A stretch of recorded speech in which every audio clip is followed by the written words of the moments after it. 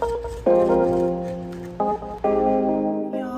it's Whitney. Welcome to my kitchen. I haven't been posting videos in the kitchen as much lately because I've been outside, and when I'm in the kitchen it's just kind of like focus, get it done, and on the table. So, but today I'm gonna be making some homemade bread and I have some time on my hands, so I thought I'd take you with me. So I've already got my 600 grams of bread flour. That's the first thing I put in the bowl. Then I'm gonna do 2 teaspoons of fine sea salt. Oh, but this is Red Bin sea salt. That's just what I use on everything. I have 1 teaspoon of sugar. Then I'm gonna have 1.5 teaspoons instant yeast. I think it's supposed to be this. Instant yeast. 1.5. 50 grams of softened butter is what the recipe calls for. Mine's not quite soft yet. I'm gonna just use my cheese grater, this side of my cheese grater, and grate 50 grams in there.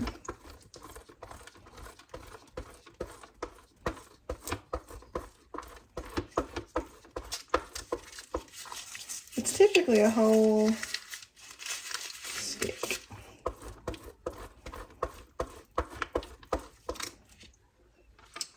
A little bit more than, maybe it was like, not quite a whole stick.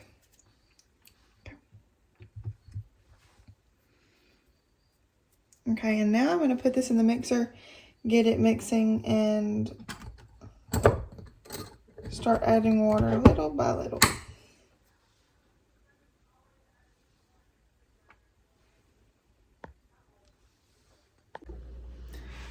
This recipe is called a Farmhouse loaf of bread.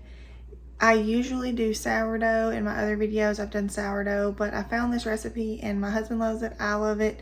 Tastes delicious, and it's something that I can make without the bulk fermentation and all the different things that come with sourdough. I don't have to wait for my starter to bubble and rise. I still make sourdough. My last loaves of bread were sourdough bread, but today I decided to make this bread because we're having bacon tomato sandwiches, and I want some fresh homemade bread for that.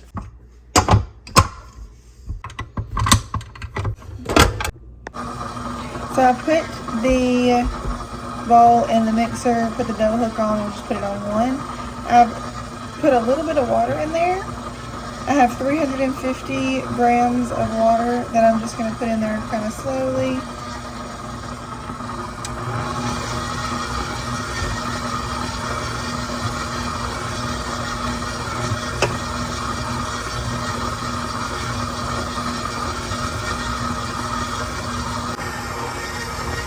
If you want to speed the process up, you can kind of like help get it off the sides if you feel like that's necessary.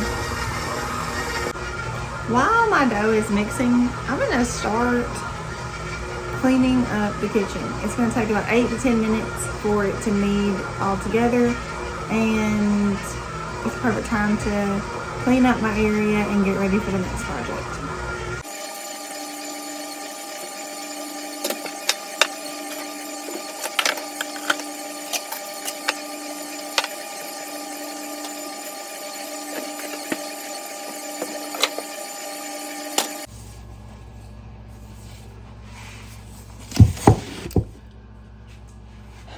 Okay, so it is done kneading.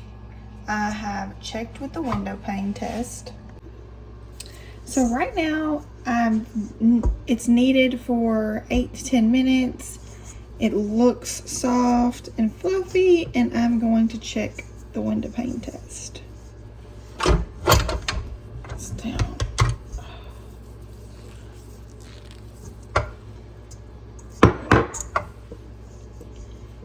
So the window pane test pretty much shows if you can see it. See, I don't know if you can see my finger without tearing. My dough's tearing a little bit right now. It could probably use a little bit more kneading, but there you go, right there. That's pretty perfect. So, I'm not gonna need it anymore. I'm just gonna take this dough out, put it in a nice greased pot, big greased bowl, and let it rise for a little while. Whenever I grease my bowls, I like to just use olive oil, and I drizzle some in there, and then I kind of just coat it. Sometimes I use one of those little brushes that you use with barbecue sauce.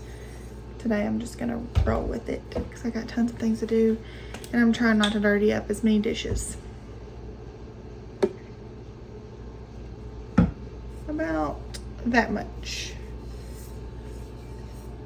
You just do this, or you take your hand in there and just swish it around. Once I put this dough in here, I'm gonna cover it up with a nice, pretty damp tea towel.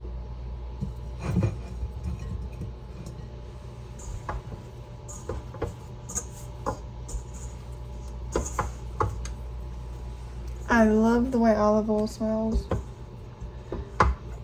If there's any stuck to the bottom of the bowl, I'll just put that out because we need all that we can get. Whenever I get the dough in here, I like to take it and flip it and make sure that there's olive oil on both sides. This is not in the recipe, nor is it necessary to make bread, but some of y'all will say that is absolutely wrong. However, I have trouble with the top of my bread drying out, and even though I put a wet, damp, very damp tea towel over it, I still have problems with my dough drying out sometimes, and it works so good. So take it or leave it, do it or don't. It works for me. It might work for you if you're having the same situation as I did with the tops of it drying out. Okay guys, now I'm gonna just let this sit here and rise for about an hour, and a half. If I need to do more, I'll let it do more. It just depends on the day here. If it's rainy outside, it needs to do longer. If it's cold outside, it needs to do longer. If it's warm, like it is gonna be today, it will not need to rise for much longer at all than an hour and a half. So I'll be back in an hour and a half to see what we have. All right, y'all, I am back checking the bread, and it looks like it's ready to be formed. As you can see that the bread has doubled in size. I think it's ready to go into the next rising step.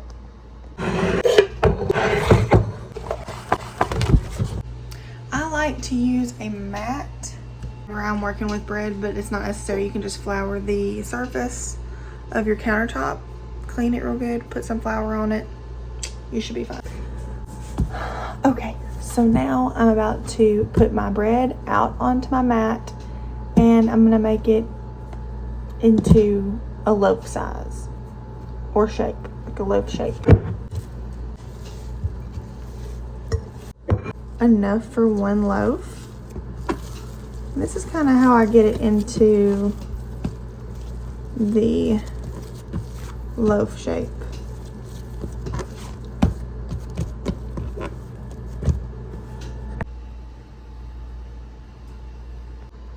Now the recipe calls for a greased tin pan. These are stones from Paper Chef, and they are well seasoned. I really have to grease them. Know your pans, but if you just have a normal bread loaf tin pan, you definitely need to grease it. Okay, so I'm gonna pick up my bread, just place there. Perfect. Now I'm gonna cover it back up with the same towel. Let's take some and fold it. I'm gonna let that sit and rise for about 45 minutes to an hour and a half until it doubles again. Ultimately, that's your goal. Okay guys, I am back in the kitchen, and I let the dough rise like 2 hours instead of an hour and a half, and let me show you. So this is the loaf. Yours probably won't be this big if you're sitting over it watching it and making sure it doesn't get this big. You don't want it any bigger than this. See, it's kind of, but I think it's gonna be okay. I'm gonna get it scored and into the oven. This isn't 100% necessary. It's just what the recipe called for, and I love the way it looks. So I'm just gonna take my scoring and do, struggling here. There we go. Maybe one more here. We'll do one up here. Pretty sure it was supposed to go this way, now that I think about it. Okay, now I'm about to take this, put it in the oven. It's been preheated to 450 degrees, and it's gonna bake for 45 minutes. I'll show you what the result is, and you should be able to make this yourself. It's so easy. It's bread in one day, in just a few hours. And that's what I needed today. And there we go. This is the finished product. This is a little too brown, y'all. I left it in there a little too long, and